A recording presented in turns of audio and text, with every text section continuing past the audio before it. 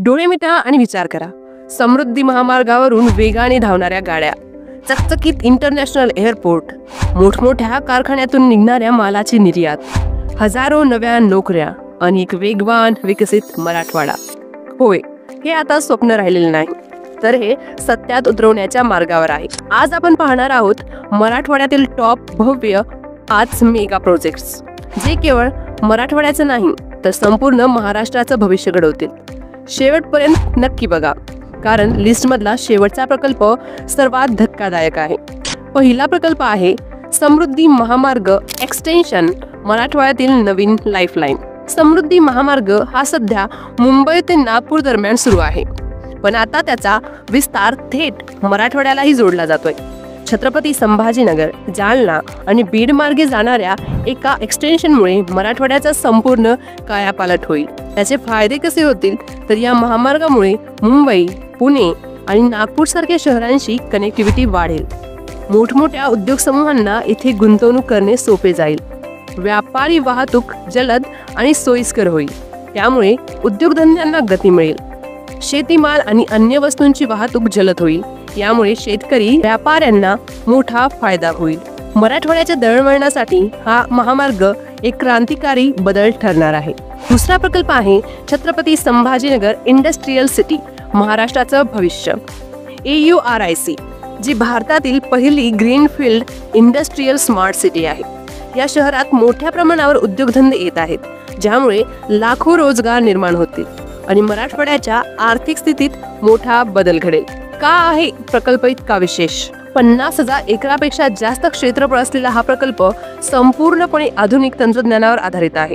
मोठमोठ्या राष्ट्रीय आणि आंतरराष्ट्रीय कंपन्या येथे गुंतवणूक करत आहेत, त्यामुळे उद्योगधंद्यांचे मोठे जाळे तयार होत आहे. स्मार्ट इन्फ्रास्ट्रक्चर, उत्तम रस्ते, जलविद्युत पुरवठा आणि लॉजिस्टिक्स सिस्टीम यामुळे AURIC ला जगभरातून गुंतवणूक मिळत आहे. जर तुम्ही व्यवसाय करणार असाल तर AURIC ही तुमच्यासाठी सुवर्ण संधी ठरू शकते. तिसरा प्रकल्प आहे छत्रपती संभाजीनगर इंटरनॅशनल एअरपोर्ट, जागतिक स्तरावर मराठवाड्याची ओळख. छत्रपती संभाजीनगर शहराचा विमानतळ आता इंटरनॅशनल लेवलवर विकसित केला जात आहे. हे विमानतळ संपूर्ण मराठवाड्याच्या व्यापारी आणि पर्यटन विकासाला गती देणार आहे. या प्रकल्पामुळे काय होईल, तर थेट आंतरराष्ट्रीय उड्डाणं सुरू होतील, त्यामुळे परदेशी व्यापार वाढेल. मराठवाड्यातील उद्योगधंद्यांना जागतिक बाजारपेठ मिळेल, ज्यामुळे निर्यातीस चालना मिळेल. पर्यटन वाढेल. एल्लोरा, अजिंठा, घृष्णेश्वर मंदिर यांसारखी ठिकाणं अधिक प्रसिद्ध होतील. मराठवाड्याला आता जागतिक स्तरावर मोठी ओळख मिळणार आहे. चौथा प्रकल्प आहे बीड सोलापूर रेल्वे प्रकल्प. मराठवाड्याचं रेल्वे नेटवर्क मजबूत होणार. आजही बीड जिल्ह्यात रेल्वे सेवा नाही, पण आता हा मोठा प्रश्न सुटणार आहे. बीड सोलापूर रेल्वे प्रकल्पामुळे मराठवाड्याच्या दळणवळणात मोठा बदल घडणार आहे. त्याचे फायदे: बीडला रेल्वे सेवा उपलब्ध होणार, त्यामुळे प्रवास अधिक सोयीस्कर होईल. पर्यटन, व्यापार आणि उद्योगधंद्यांना गती मिळेल. लोकांना मोठ्या शहरांशी जोडणारी स्वस्त आणि वेगवान वाहतूक व्यवस्था मिळेल.